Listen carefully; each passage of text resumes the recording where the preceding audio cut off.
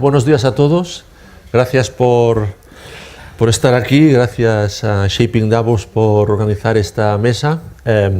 Una mesa en la que queremos tratar un tema pues que le hemos llamado si se puede crecer sin crecer. Siempre las paradojas plantean cosas interesantes que discutir, ¿no? A veces, ¿no?, cuando uno está en el mundo empresarial, en el entorno económico, y seguramente pues también vosotros lo habréis notado y lo habéis experimentado, ¿no? A veces da la impresión de que el crecer y el crecimiento es algo es un supuesto que se asume de una forma acrítica. Todo el mundo pues da por supuesto que lo que hay que hacer es crecer, ¿no? Y en cambio muchas veces no nos planteamos o no nos preguntamos ¿para qué hay que crecer? ¿Por qué hay que crecer? ¿Por qué esa necesidad o ese afán en seguir creciendo, ¿no? Y además también cómo crecemos, ¿no? Porque en parte también tenemos asumido, ¿no?, que el crecer supone destruir, ¿no? Que el crecer significa crecer a costa de otros o a costa de otras cosas, ¿no? Y por tanto el intentar salir de ese supuesto, ¿no?, y el intentar pensar las cosas de forma distinta y el intentar cuestionarse lo que quizá nadie se cuestiona, que es una actitud tremendamente filosófica, ¿no? Los filósofos tradicionalmente pues en el mundo clásico eran aquellos que se caracterizaban por cuestionarse lo obvio, pues si nos ponemos a cuestionarnos el crecimiento y todos esos supuestos que hay detrás de esa idea del crecimiento, pues quizá puedan aparecer cosas nuevas, ¿no? Quizá nos podremos imaginar formas de actuar y formas de hacer distintas. Ese era un poco el reto, las ideas que estaban en el fondo de esta pregunta. Y para responder a esta pregunta tenemos aquí hoy a nuestros 4 invitados, con los que ya en otras ocasiones y en otros foros pues hemos hablado un poco de estos temas, ¿no? Con lo cual, digamos, al menos entre los miembros del panel pues ya hay una cierta dinámica de hablar de estos temas, ¿no? Os lo presento rápidamente por si no os ha dado tiempo a ver en el folleto o la información que se ha enviado de la mesa y del panel quiénes son, ¿no? Tenemos a José Illana, y cito palabras textuales suyas, un día se dio cuenta que llevaba demasiado tiempo diciendo que las cosas se podían hacer de otra manera y corría el riesgo de convertirse en un bocazas, cierro comillas. Y José decidió para hacer las cosas de otra manera, fundar Quiero salvar el mundo haciendo marketing, que es la empresa en la que está impulsando y que también está detrás de la organización de esta mesa, ¿no? Él es experto y lleva muchos años dedicándose al mundo del marketing, y en los últimos años, pues, en un tono más serio, pues se ha dedicado a intentar cambiar el mundo a través de su trabajo profesional, ¿no? Después tenemos a Luis Miguel. Luis Miguel es un hombre que ha dedicado su vida al mundo de la investigación social, a pensar en temas de comunicación, de ciencias sociales, de medio ambiente, de humanidades. Últimamente anda liado con el crowd power, y también escribe y habla y piensa sobre la inteligencia ética, y nos podrá dar también un enfoque desde el mundo sociológico y desde el mundo de las ideas, ¿no? Después tenemos a Francisco Ortiguela.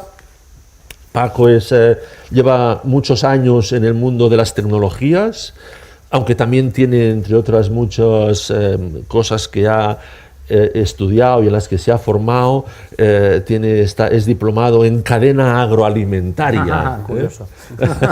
Entonces mezcla el mundo de la tecnología, del IT, con el mundo agroalimentario. Y es director de marketing corporativo en Samsung actualmente. Y Vincent, finalmente Vincent pues también tiene experiencia en el mundo de las TIC, y decidió moverse también al mundo del emprendimiento y hoy en día está impulsando como country manager y cofundador de BlaBlaCar para España y Portugal. Intentando promover pues toda esta plataforma de movilidad sostenible. Lamentablemente no tenemos con nosotros a Carlos Mataix, que también quería haber estado aquí, pero un viaje de última hora le ha impedido estar. Bueno, y como tenemos que acabar puntual, vamos a entrar ya en el diálogo, ¿no? La idea es que aquí nuestros miembros del panel nos den algunas ideas pues para facilitar un poco, para empezar a calentar motores, y que dentro de una media hora o así pues también abramos al público para que también podáis hacer vuestras intervenciones o hacerles las preguntas o comentarios que queráis, ¿no? Con la idea de acabar a la 1 con la puntualidad que podamos, ¿eh? Bueno, pues con ese contexto del crecer, cómo crecer sin crecer, a mí me gustaría empezar quizá por José, porque, pues como ya decía antes, detrás de este montaje y detrás de esta pregunta está José, y es una pregunta pues, que nos la sugirió, que la propuso él, pues que nos cuente un poco quizá, ¿no? José, ¿qué hay detrás de este crecer sin crecer, ¿no? Bueno, buenos días, gracias por estar aquí pues todos juntos y dialogando y charlando. El crecer sin crecer viene del encuentro, ¿no? del 5º aniversario de una cosa que se llama Diálogos en la Granja, que es un think tank que se lidera desde el IES y Quiero Salvar el Mundo Haciendo Marketing, donde una vez al año elegimos un tema que nos parece relevante en la construcción de un mundo mejor. Y este era el 5º aniversario de esos diálogos en la granja, y reflexionando sobre lo que habían sido los 4 anteriores temas, donde habíamos hablado sobre energías renovables, sobre modelo de pensiones, sobre smart cities, sobre modelos financieros, al final siempre había por debajo como un tema común a todos, y era el concepto del crecimiento. Parecía que siempre cuando planteábamos algo aparentemente disruptivo o nuevo, enfocado a ese ejercicio de incorporar la sostenibilidad en distintos ámbitos, siempre topábamos con la imposibilidad de crecer. Entonces dijimos, bueno, pues teniendo en cuenta que es el 5º aniversario, vamos a entrar de lleno en lo que parece que es la madre del cordero que hemos identificado en todos los temas, ¿no? Y elegimos ese concepto de crecimiento. Lo llevamos a esa pregunta aparentemente paradójica y contradictoria, incluso estúpida, si queréis, porque queríamos también, de alguna manera, también reflexionar sobre esa aparente también contradicción, donde parece curioso que en un mundo realmente finito y limitado podamos llegar a pensar que podemos crecer de forma ilimitada. Y a aquellos que dicen que se puede trabajar de otra manera, se puede construir de otra manera, nos tachan o se tacha de utópicos. Dices, no, es que parece que lo que es realmente utópico es pretender crecer de una manera ilimitada en un mundo limitado, ¿no? Y de ahí surge esa reflexión de crecer sin crecer, ¿no? Un diálogo en el que además de los aquí presentes también hubo otros, no podíamos venir todos aquí a sentarnos porque no hubiésemos cabido, pero están también por el público algunos, Natalia, Enrique, Rafa y detrás, también sois parte de este diálogo. Luis Miguel, ¿qué te parece? ¿Cómo, antes decía que trabajas la idea de la inteligencia ética? No sé, situamos un poco quizá cómo marcaríamos este crecer sin crecer, este planteamiento del crecimiento y de nuevas formas de desarrollo y de crecimiento desde el punto de vista de lo que tú llamas inteligencia ética. Bueno, me uno en primer lugar al agradecimiento y a la bienvenida a todos los que estáis aquí. Muchísimas gracias, porque gracias a que vosotros dedicáis este tiempo de escucha, los que estamos aquí podemos hacer lo que nos apasiona, en este caso contar nuestra historia, ¿no? Yo me siento un poco como un juglar que va de plaza en plaza y cuando me lanzan preguntas de este tipo me excita realmente. O sea, creo que te agradezco mucho la pregunta. Cuando yo hablo de inteligencia ética, lo que quiero decir, aparte de que suena algo como muy pomposo, es una cosa bastante sencilla o una conclusión a la que yo he llegado después de más de 2 décadas de profesión. Mi profesión es la investigación social aplicada al marketing, la comunicación. Trabajo para marcas de todo tipo y entonces durante todo este tiempo he visto la relación que establecen las marcas, las empresas y los clientes. Y llegué un día a la conclusión de que es tan sencillo como entender que el mercado, que es ese avispero de decisiones en el que estamos inmersos. Un mercado es un ente que no está materializado, es sutil y se hace a base de millones de decisiones simultáneas que las personas están tomando en función de cómo gestionan básicamente sus emociones. Bueno, pues que el mercado es una cosa que está dentro de la sociedad, es más pequeño. El mercado es más pequeño que la sociedad. Y la sociedad pues es más pequeña que el planeta o que la biosfera. Algo que es como de perogrullo, ¿no? Da un poco vergüenza estar en un foro así para venir a decir, oiga, el mercado más pequeño cabe dentro de la sociedad y la sociedad cabe dentro del planeta. Si miramos en cada uno de nosotros, como personas, también en nosotros está esa trinidad. El consumidor que somos es más pequeño que el ciudadano y el ciudadano es más pequeño que el ser vivo. Y estamos viviendo en un entorno, hoy cada vez más acelerado, en el que las decisiones que tomamos en esos 3 planos están absolutamente tejidas. Vivimos en una sociedad compleja, pero no compleja por difícil, compleja por tejida, porque está entretejida. Entonces el plano del consumidor, el plano del ciudadano y el plano del ser vivo no son entes separados, conviven en nosotros. De tal manera que cuando estamos tomando decisiones en el mercado, las está tomando la persona que somos. Y la persona que somos no se puede desligar del ciudadano y del ser vivo. Entonces, la inteligencia ética, Joan, desde mi punto de vista, es esa mirada que cualquier empresa tiene que poner sobre las personas para entender qué hay más allá de un consumidor. Un consumidor no es solo el señor o la señora que paga nuestras facturas, es también un ciudadano y es también un ser vivo. Si tú como empresa eres capaz de hablarle al ciudadano y al ser vivo, tu capacidad de ser compatible con el futuro aumenta. Es mi definición de sostenibilidad. La sostenibilidad para mí es la capacidad que tienes de hacerte compatible con el futuro. Y desde ahí todo es posible. No sé si he respondido, pero ese es el concepto de inteligencia ética en el que yo me manejo. Muy bien. Bueno, como vamos a ir bajando, ¿no?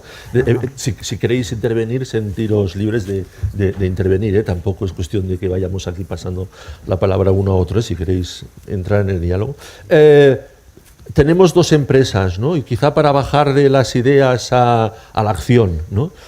Porque tenemos una, digamos, Paco sería más el representante de una empresa, por decirlo así, tradicional, grande, asentada, y Vincent sería más bien el representante de una iniciativa nueva, distinta, disruptiva.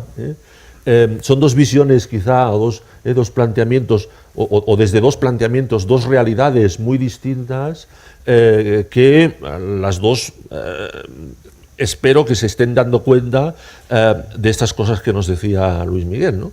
Y de este nuevo cambio, y de esta nueva sensibilidad, y estas tendencias, y este planteamiento, y este ver a la gente de forma distinta.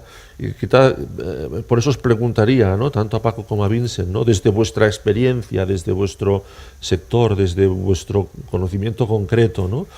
¿Cómo se percibe eso que estaba diciendo ahora Luismi? Paco. Bueno, antes de nada, muchas gracias a todos y buenos días. Lo de tradicional con Samsung es un poco conflictivo, porque somos una empresa que empezó también en el área agroalimentaria. No empezamos al mismo tiempo, porque Samsung empezó en el 1938, ya un poquito más tarde. Yo intenté salir del mundo de la tecnología, pero al final, como dice el refrán, quien nace lechón se muere cochino, y he vuelto al mundo de la tecnología.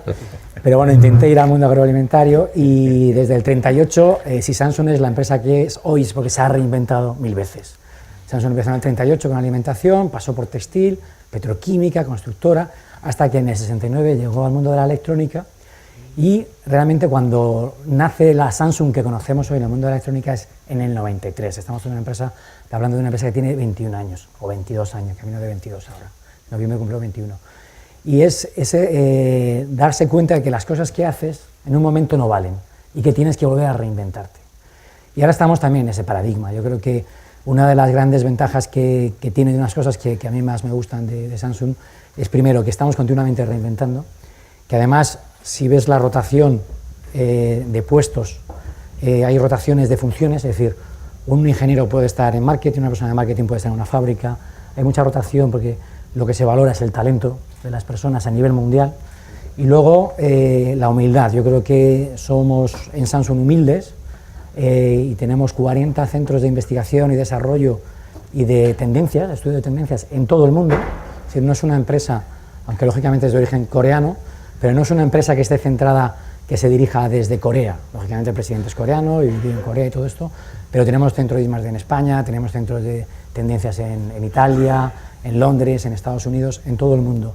Y eso hace que podamos estar percibiendo cómo las cosas están cambiando. Por ejemplo, lo que comentaba José Miguel, hace 2 años una de las grandes apuestas de Samsung no era seguir desarrollando nuevas tecnologías, que por supuesto lo estamos haciendo, sino apostar por la parte de ciudadanía corporativa. Como Samsung, con el tamaño que tiene, que es una empresa grande con 300.000 empleados y una facturación de más de 200.000 millones, cómo podía hacer algo por la sociedad y realmente comportarse como una empresa responsable con la ciudadanía. Con lo que yo creo que esas dos tendencias son buenas. Yo creo que las empresas grandes, si quieren seguir siendo grandes y si quieren mantenerse en este mundo tan cambiante, o eres humilde y te das cuenta de que las cosas están cambiando y analizas ese cambio y te adaptas a ese cambio, o si no, lo estamos viendo que empresas que han sido muy grandes hoy en día ya han desaparecido en menos, y además los ciclos de vida vemos que cada vez son más cortos. Si antes veíamos que una empresa cometía un fallo de estrategia, de orientación, y a lo mejor la caída duraba 20-30 años, hoy vemos que esos periodos pues son 5 o 10 años, y yo diría que en el futuro pueden ser incluso más rápidos, con lo cual yo creo que aunque seas una empresa grande, tienes que tener mentalidad de empresa pequeña, ser muy humilde y estar con los 5 sentidos enfocados a lo que está cambiando, porque si no te das cuenta del cambio de paradigma, el futuro no lo ves. Dime, por ejemplo, un par de cosas en términos concretas, ¿no? En términos de procesos o productos que tú hayas visto en Samsung que han cambiado sí. por esta idea de la sostenibilidad que estamos aquí hablando. Bueno, pues por la idea para concretar un poco. Concretar, ¿no? Pues por ejemplo en Samsung hicimos un análisis en profundidad, porque cada uno hacíamos acciones de sostenibilidad y de RSC, pues cada uno a nuestro entender, cada país era independiente, y de repente Samsung dijo, no, vamos a ver, nosotros somos una empresa de tecnología, ¿vale? Y lo que podemos aportar a la sociedad es tecnología, lo que sabemos en tecnología, cómo podemos volcarlo y ayudarles. Entonces analizamos todos los problemas que la sociedad tenía a nivel mundial, y de esos 10 problemas más graves que tiene la sociedad, nos fijamos en 3 en lo que realmente Samsung podía aportar algo.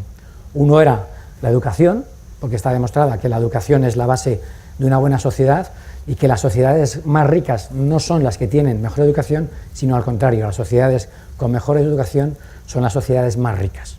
Lo vemos paradigmas, por ejemplo, Corea hace 50 años, un ejemplo cercano de la casa, era el país más pobre del mundo, estamos hablando de niveles de Etiopía. La apuesta del gobierno coreano fue sencilla, educación y profesores. Vamos a formar a los profesores, vamos a valorar a los profesores y vamos a apostar por la educación. Eso hace hoy que 50 años después el número 1 en matemáticas en los estudios de PISA sea Corea. No es una casualidad, es una apuesta estratégica. Entonces pensamos que hoy la tecnología puede aportar mucho a la educación. Y no la tecnología per se, es como una pizarra depende de quién esté delante de esa pizarra y qué escriba en esa pizarra, o una hoja en blanco, depende de quién esté, la pizarra toma valor o el libro toma valor. Lo mismo, aquí lo importante es el profesor, y la tecnología es siempre una herramienta para trabajar. Entonces, por ejemplo, en España y en el resto del mundo, lo que estamos haciendo es, en zonas, digamos, más desfavorecidas, donde incluso los niños hoy en día no tienen acceso a Internet porque no tienen esa tecnología, Samsung, junto con el Ministerio de Educación y las comunidades autónomas, estamos dotando de esa tecnología. Este es un caso. Otro caso en España también, pues el paro juvenil. Vemos que el paro juvenil es un caso real en todo el mundo, incluso en países ricos como puede ser Arabia Saudí o Qatar, el paro juvenil es un problema. En España es uno de los grandes problemas con unas tasas superiores al 50%, y donde vemos por otra parte que hay vacantes que no se cubren en el mundo de las TIC, y donde somos expertos en TIC. Entonces, lo que estamos haciendo en combinación con la Universidad Politécnica de Madrid y la Universidad de Málaga es dar cursos gratuitos en formación para desarrollo de aplicaciones y poner a esos jóvenes que estamos formando en contacto con nuestros proveedores que no encuentran esos perfiles, ¿vale?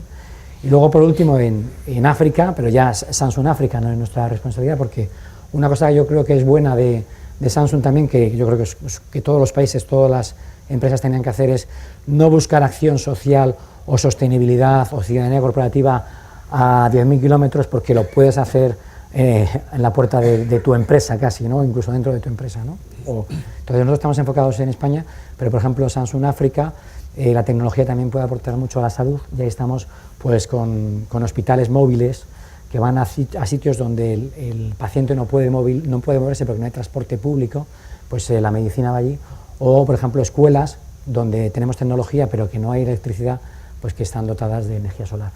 Y cada país, digamos, busca pero ayudar con lo que podemos hacer, que es la tecnología. Nosotros no vamos a abrir un pozo en África porque, primero, yo estoy en España y, segundo, no somos expertos en abrir pozos. Y en esa idea, y seguimos elaborando, estamos trabajando con UNESCO, estamos viendo, porque realmente, pues, como anécdota, una vez, una reunión que tuvimos con UNESCO nos dijo: sois muy grandes y podéis hacer muchas más cosas, ¿no?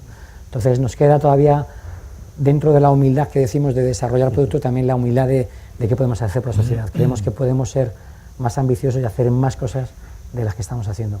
Pero siempre esa perspectiva de, como empresa, qué es lo que tú sabes hacer y qué puedes hacer en tu zona de influencia. Vincent, tú no os habéis tenido que reinventar porque habéis empezado, ¿no? Os estáis inventando, no reinventando. ¿Cómo se ve toda esta historia desde alguien que ya nace un poco con esa mentalidad, con esa sensibilidad, ¿no? Bueno, primero pues agradecer a José, Sandra y Quiero también por la pregunta que han hecho de crecer sin crecer, también por haber podido participar en ese diálogo de la granja, que donde conocía muchísima gente de gran talento y gente maravillosa. Y también agradecer a José porque recuerdo, y estamos ya presentes en España, llevamos 5 años, y José es una de las primeras personas que me llamó hace 5 años para preguntar: ¿qué hacéis? Entonces se lo tuve que explicar, qué es la movilidad sostenible, un poco compartir la visión en su momento de la reinvención que dices tú, de cómo nosotros qué queríamos hacer, y hace 5 años o 8 años cuando empezamos. Pues la verdad tampoco no hemos inventado el agua caliente, o sea, aquí quiero decir ni la pólvora, hemos visto nacer de la observación de la necesidad, la primera observación de ver que un coche es un recurso que cuesta mucho a nivel medioambiental, a nivel dinero, y que muchas veces lo dejamos aparcado, casi 95% de su tiempo está aparcado. Entonces, si observamos, lo vemos, todos lo hemos visto. Lo mismo cuando estamos en un atasco, vemos que somos solos en los coches y que muchas personas están en la misma situación, con lo cual tampoco hace falta ir muy lejos para verlo. Y también, pues, yo creo que el hecho de que una persona que necesita viajar y pueda compartir ese viaje con una persona, pues hace una doble función de optimización. Primero, pues comparte los gastos con otras personas y al mismo tiempo ofrece algo que no existía en el mercado actual. Es decir, una opción de conectar puntos geográficos dentro de la península o dentro de Europa donde estamos presentes, de forma a que las opciones de movilidad sean más grandes. Entonces ahí estamos. Nada más que la observación y el hecho de que obviamente también teníamos, gracias a empresas como Samsung u otros, tenemos recursos como tecnológicos muy buenos. O sea, tenemos smartphones, tenemos pues, ordenadores, tenemos internet, tenemos capas tecnológicas que en el fondo han sido nada más que los vectores, las excusas para hacer las cosas de una forma más eficiente. Y entonces, de la observación, si ligamos la observación a la eficiencia, llegamos a poder crear valor. Y de eso se trata. La apuesta que hacemos como civilización para conectarnos no es nada más que poner en común el conocimiento, no es nada más que ponernos en contacto los unos con los otros para crear valor. Y ese valor es para que efectivamente generar algo diferente que no existe hasta ahora, para que nos impulsa a también rescatar, y muy en la línea de lo que dice Crecer sin crecer, valores y cosas muy, muy sensatas que tenemos desde la niñez, que son compartir, aprendemos a compartir, sabemos compartir. La confianza también son cosas que quizás pues, tenemos y ya hemos perdido, y volvemos a volver a tener confianza en gente, en instituciones, es fundamental para el crecimiento de la sociedad en sí misma. Y también, pues, rescatar palabras como compañero. Compañero, pues nada más que viene de companis, que es compartir pan. Es nada más que realmente algo muy simbólico, pero lo tenemos muy fácil porque sabemos hacer esas cosas. Con lo cual, cuando realmente crecer sin crecer, yo creo que BlaBlaCar en ese sentido pues, es un buen ejemplo de haber llegado a eso sin saberlo, porque no sabíamos al principio que íbamos a llegar a impulsar una disrupción no tecnológica, ni tampoco sobre la forma de moverse, aunque la consecuencia sí, pero también sobre realmente rescatar valores sociales muy fundamentales, muy buenas, como esas, compartir, confianza, compañeros. Y para mí, para resumir un poco eso, recuerdo, y es una buena imagen de un tweet de un usuario que intenta definir BlaBlaCar y lo ha hecho mejor que nosotros, que intentamos buscar esa definición, esa comparación, pues dijo, mira, BlaBlaCar es un buen ejemplo de cómo hacer, perdona, BlaBlaCar, con BlaBlaCar me sale muy barato hacer amigos. Entonces, es verdad, usas una buena excusa, es una buena excusa para hacer una relación social, para desarrollar tu ámbito social y al mismo tiempo responder a una necesidad de moverte de un punto a otro punto. Entonces yo creo que son modelos que al final nacen un poco de cosas que existen y que afloran creando un valor que suma y que suma, por supuesto, para aportar a la sociedad pues, una respuesta a una demanda nueva que por supuesto, creo que viene aquí para resolver problemas más que para restar. Muy bien. Después te preguntaré para que vayas pensando un poco la parte más negativa y la parte más crítica del negocio, ¿vale? Pero lo que me has dicho me da un poco pie a preguntarle a Luismi un poco esos valores, ¿no? Esos valores sociales nuevos, esos valores, podríamos llamarles ascendentes, que están surgiendo y que no sé muy bien si son efecto de todo esto que estamos hablando o son causa de todo esto que estamos hablando, pero en cualquier caso, ¿no? Más allá de la tecnología, más allá de procesos, de productos, tal, hay esa sensibilidad, de alguna forma se traduce en unos ciertos valores sociales que están como en ascenso, ¿no? ¿Cuáles podrían ser esos valores, en la línea un poco de lo que decía Vincent? No sé si sé cuáles son todos, pero hay uno muy claro que se está fortaleciendo, desarrollando en los últimos 4 o 5 años, es algo muy reciente y es algo que va muy deprisa. Y estamos aprendiendo a hacer creaciones colaborativas, entendiendo por creación colaborativa algo que no es exactamente la co-creación, no es co-crear solo, sino que es algo más como una cogestación. Si hacemos cosas de forma conjunta, sin perder la individualidad, obtenemos un beneficio individual, siempre y cuando que lo hagamos colectivamente la cosa. O sea, no es negar al individuo, no es el comunismo, ¿de acuerdo? Es la comunidad, es otro concepto. Por decirlo de forma sencilla, sería el mundo crowd. Yo hablo del crowd power, de esa energía social que es que de repente se pueden hacer cosas colectivas siempre y cuando el yo y el nosotros dancen en armonía. Y ninguno de los dos niegue al otro. El yo niega al nosotros, el nosotros niega al yo. Eso no puede ser. Pero si danza el yo con el nosotros, se pueden generar proyectos como por ejemplo el que habla Vincent de BlaBlaCar. BlaBlaCar en el fondo solo es posible si hay oferta y demanda y si hay ese recurso sutil que es la confianza. Yo confiando, ojo, en mí mismo, metiéndome en el coche de un extraño. Confiar en el Corte Inglés es muy fácil, confiar en Audi es muy fácil, confiar en cualquier marca es muy fácil. Lo que está cambiando es que empezamos a confiar en nosotros haciendo cosas que son impensables o eran impensables. Este es el cambio, el clic. Y yo siempre traigo a colación como fenómeno testigo lo que está aconteciendo en el mundo con el crowdfunding. Me imagino que habréis oído hablar del crowdfunding como un fenómeno social. Lo importante del crowdfunding no es que es un sistema de financiación. Lo importante del crowdfunding es que hay millones ya de personas, que están confiando su dinero a ideas que están aún sin materializar, de extraños. O sea, es un doble salto mortal. Confío mi dinero, te doy mi dinero a ti que no te conozco, por la idea que tienes, y con ese dinero vas a crear el producto o servicio que luego me vas a enviar. Esto, si lo pensamos fríamente, es pura confianza en quién, en nosotros. Es decir, en el mecenas. El mecenas está confiando en sí mismo, haciendo algo para lo que no está ni educado, ni preparado. Quiero decir, nuestros ancestros sí lo hacían, pero nosotros no. Y desde que somos pequeñitos se nos ha enseñado a no confiar en el extraño, no te vayas con desconocidos, etc. O sea, tenemos un programa psíquico. Bueno, pues en los últimos 5 años, la explosión que está teniendo el crowdfunding en el mundo, lo que nos está poniendo de manifiesto, Joan, es este valor ascendente de que a través de la confianza propia puesta en colectivos podemos obtener beneficios individuales que si no los hiciéramos juntos no los podríamos tener.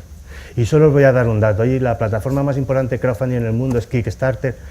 Desde su fundación hace poco más de 5 años ya ha conseguido que más de 8 millones de personas hagan aportaciones. Supongamos que Kickstarter fuera, no sé, el 25% de todo el crowdfunding del mundo. El 25%. Supongamos que hoy tenemos, pues eso, alrededor de 30 millones de personas en el mundo que ya tienen la experiencia de haber hecho este ejercicio de confianza en el crowdfunding. Supongamos que en los próximos 5 años, estos 30 millones de personas nos convertimos en 100 millones. Eso es masa crítica. Una nación de 100 millones de personas que están poniendo su energía en forma de dinero, de apoyo, para que se generen proyectos de forma colaborativa, tiene capacidad de cambiar y de transformar muchas cosas. Y no significa que vayamos a derribar nada, no es ir en contra de nadie. Por favor, no es esto. Es que la creatividad que hay en el mundo se puede poner en valor con el apoyo de comunidades de personas, que por cierto, ya con esto me callo, la comunidad media, el tamaño medio de las comunidades que apoyan los proyectos de crowdfunding son entre 100 y 200 personas. O sea, si tú como creador consigues que 100 o 200 personas te presten su apoyo en forma de dinero, si eres capaz de atraer su confianza hacia tus ideas, con 100, 200 personas ya puedes arrancar. Y esta es una de las razones por las cuales se expande el fenómeno, porque no es Gandhi liderando a la India. No hay que pensar en millones de personas, en miles de personas, no. Los crowds son de cientos. Y esto es un claro valor en ascenso. Hemos empezado a crear cooperación donde el yo y el nosotros danzan en armonía. La economía colaborativa en este sentido es uno de esos fenómenos nuevos que están apareciendo, ¿vale? Tampoco nos tendríamos que circunscribir ahí, hay otros modelos también de negocio y otros planteamientos que también un poco van surgiendo de esos valores que decías, ¿no, Luismi? El tema de la economía circular, el concepto del valor compartido, el tema de las benefit corporations, las organizaciones híbridas, en fin, hay mucho planteamiento y mucho cuestionamiento un poco del orden establecido, ¿no? Y de los modelos asumidos o del modelo que teníamos asumido de una empresa que está para maximizar el valor del accionista, ¿vale? Y de alguna forma hay ahí un cierto cambio y un cierto planteamiento también que va un poco a cuestionar ese modelo, ¿no? En ese modelo, evidentemente, hay unos actores ahí que son los mercados financieros, hay una visión ahí de empresa que es una visión muy cortoplacista, frente a la que todas estas cosas de las que estamos hablando es más bien, como antes también decía Luismi, ¿no? No vayamos a reducir la sociedad al mercado, ¿no? Todos estos planteamientos de alguna forma pretenden abrirnos a nuevos valores y a nuevas visiones, ¿no? pero cómo esto cruje, ¿no? O cómo esto encaja con esta presión que sigue habiendo de los mercados financieros, con este entorno en el que siempre acabamos valorando a las empresas por cuánto ganan y cuánto reparten. Cómo estas cosas, ¿no? Rompen, encajan, transforman una visión, esa visión más financiera cortoplacista de las empresas. Te lo preguntaría a Paco, asumiendo o dejando claro que ahora sales ya de tu papel de trabajar en una empresa en concreto para ser tú mismo, ¿no? Hombre, yo creo que el corto plazo es un mal consejero para cualquier empresa o para cualquier persona en general, cualquier proyecto, ¿no? Entonces yo creo que siempre hay que ponerse unas metas. Lo que pasa es que es verdad que últimamente, sobre todo con la crisis, el corto plazo como que ha sido lo más importante, ¿no? Volviendo un poco al caso de Samsung, yo cuando llegué a Samsung hace 3 años y medio, casi 4 años, el presidente mundial, cuando empezó justo la crisis, ya había empezado ya un par de años, en 2011, nos mandó un mensaje a todos los empleados, que era que el corto, me gustó mucho el mensaje, que era que el corto plazo no hipoteque el medio y largo plazo. A mí es una frase que me impactó y que me parece que es muy adecuada. Yo creo que al final es como todo, es decir, si tú el dinero que ganas con tu proyecto, con tu empresa, ya no hablo de Samsung, hablo en general, no lo reinviertes en seguir haciendo cosas nuevas, en innovar, en ser mejor que la empresa con la que compites, porque al final siempre hay un modelo competitivo, pues, y lo das todo a tus accionistas y te quedas sin recursos para poder seguir invirtiendo en ser mejor, pues tienes los días, digamos, limitados.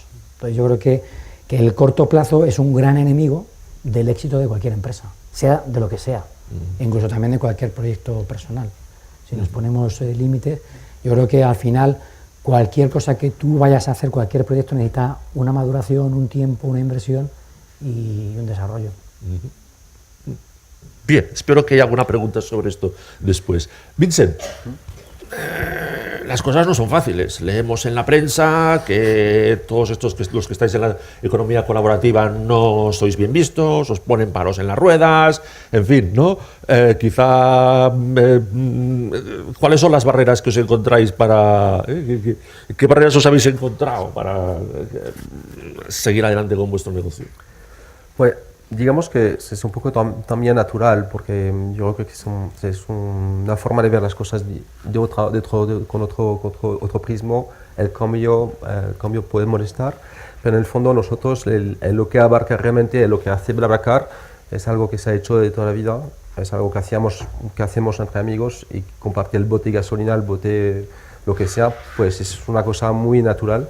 Incluso que está permitido, o sea, que es una de las cosas que también hemos podido poner a la luz, que nuestro modelo es autorizado, y es verdad que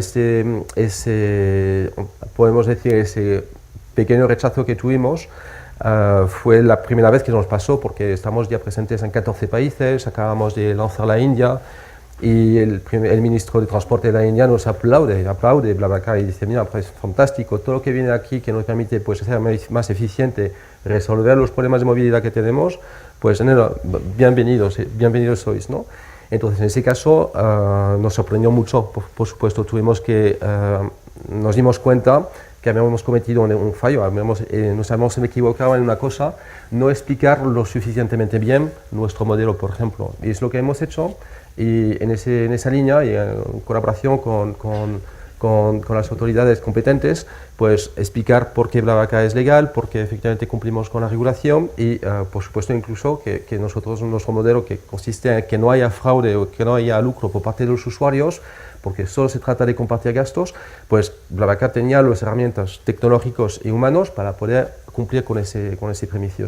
Con lo cual nos dio la oportunidad de llegar a este punto y de realmente pues, explicar y diferenciar nuestro modelo, y que efectivamente dentro de lo que es la economía colaborativa o otros modelos, o un modelo existente potenciado un poco por las cosas de Internet, digamos que es posible cumplir con la regulación, es posible tener un crecimiento, una empresa que pueda aportar valor y resolver problemas de movilidad y de sociedad, porque efectivamente pues también en nuestro caso la parte social un punto que no he hablado hasta ahora, pues es muy, muy, muy importante y vemos que tiene un potencial, como decía Luis antes, pues conectar con el ser vivo o que seres vivos pueden conectar a un coche, nos ha dado una oportunidad, la oportunidad de efectivamente enseñar que otro modelo es posible y que otro modelo es posible y que es exportable y que lo que pensamos que hemos inventado realmente no está inventado, porque en otros países donde los recursos son escasos, esos países han encontrado esa solución desde hace muchísimo tiempo. Y desde hace muchísimo tiempo no se cuestiona la posibilidad de compartir o de hacer las cosas de otra forma. Entonces yo creo que, y eso es lo que también tenemos que ver, porque mirando un poco el ombligo en Europa, diciendo, pues en Europa lo hacemos bien, tal, bueno, pues Europa es muy pequeño, o sea, es muy pequeño, somos una gota en el océano de la población mundial, y pues podría ser que tenemos que innovar y seguir innovando y aprender también de los demás, cómo hacen los demás y cuál es el reto de la población mundial, ¿no? Es que estamos en el mismo barco al final. Y creo que el problema de regulación o problema de competencia o problema de molestar, yo creo que todo eso, por supuesto, hay que poner sobre la mesa, hablar y buscar la solución, pero que tenemos que ver la big picture, ¿no? Tenemos que pensar que estamos todos en lo mismo, ¿no? En el mismo barco. Muy bien, gracias. Vamos a abrir el turno de preguntas al público. Una última, si os vais preparando, pero una última intervención de José, que me gustaría que representase un poco aquí a la ciudadanía, por decirlo así, ¿no? ¿Cómo el ciudadano de a pie, ¿no? Percibe esto que aquí estamos hablando? ¿Cómo reacciona o cómo piensas tú que debería suponer esto en términos de una mayor capacidad y un mayor poder ciudadano ante estas cosas que estamos hablando?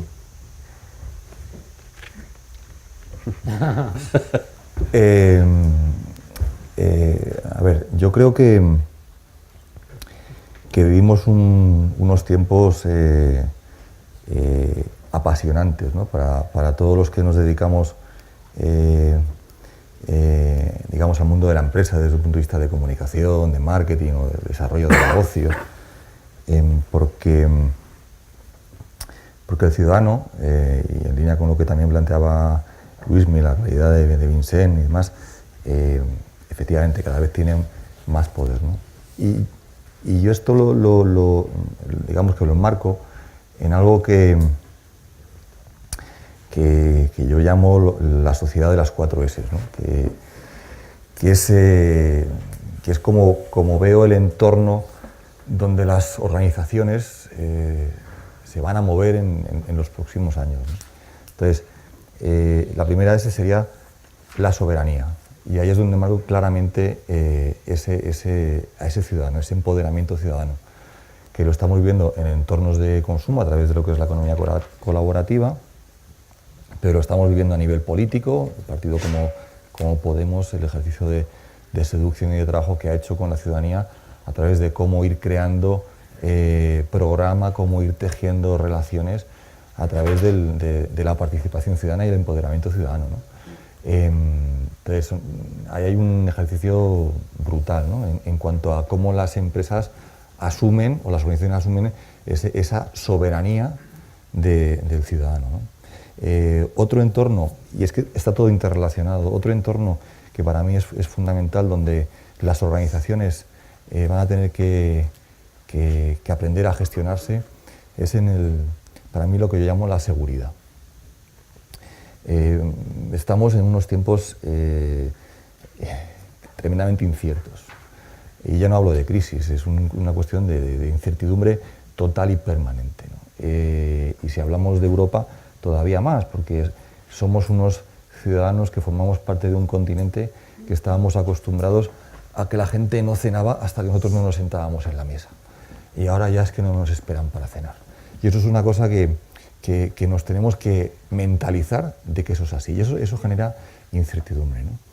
El otro día leía, por ejemplo, un artículo donde hablaban de las empresas líquidas, donde están hablando de que las empresas ya, su manera de relacionarse con sus empleados y con otras organizaciones va a través de autónomos, pequeñas unidades productivas que se juntan para un proyecto y luego desaparecen. Y eso, que puede parecer aparentemente muy bonito, muy de Silicon Valley, no nos engañemos, también genera mucha inseguridad, para lo que estamos acostumbrados de trabajo en una empresa, estoy 5 o 6 años, me despiden, tengo seguridad social, tengo paro, etcétera, etcétera, ¿vale? La tercera S, fundamental, es la sostenibilidad. ¿Qué vamos a decir de la sostenibilidad? Vincúlalo, si queremos, al ámbito de la incertidumbre, ¿no? Ahí, en ese campo, y si yo lo junto con el fenómeno de las ciudades, que son los espacios donde desde ya hasta que yo creo que desaparezca nuestra sociedad, salvo hecatombe, van a ser los lugares donde habitemos. Las ciudades están desarrollando conceptos de autogestión, por esa necesidad de ser sostenibles, y se están desarrollando modelos vinculados a consumo colaborativo, autoconsumo, fenómenos como, que parece que es nuevo, pero todo lo que tiene que ver con mercados de segunda mano y demás, es decir, vemos cómo todo se está interrelacionando, ¿no? Y la cuarta S sería, digamos, el ser sexy, porque en todo este merecumbe las organizaciones tienen que descubrir y averiguar cómo ser sexys frente a esos ciudadanos, ¿no? Ya se habla de que las marcas ya no las construyen las organizaciones, sino que se las construyen los ciudadanos. Se habla, en un estudio reciente de Mifun Brands, hablaba de que si desaparecieran el 90% de las marcas no pasaría absolutamente nada. Es decir, pensamos que somos el único mundo y no somos absolutamente nada. De ahí aparece todo lo que tiene que ver con lo que comentaba Paco, con el tema de las organizaciones corporativas, ¿no? ¿Por qué? Pues porque las organizaciones necesitan incorporar esa dimensión de relación con la persona, con el ciudadano. Con lo cual, al final, todas estas S's trabajan e interactúan con eso que tú comentabas al principio, ¿no? de el poder del ciudadano. Pues el poder ciudadano está interactuando y está moviendo y está cambiando todo esto, ¿no?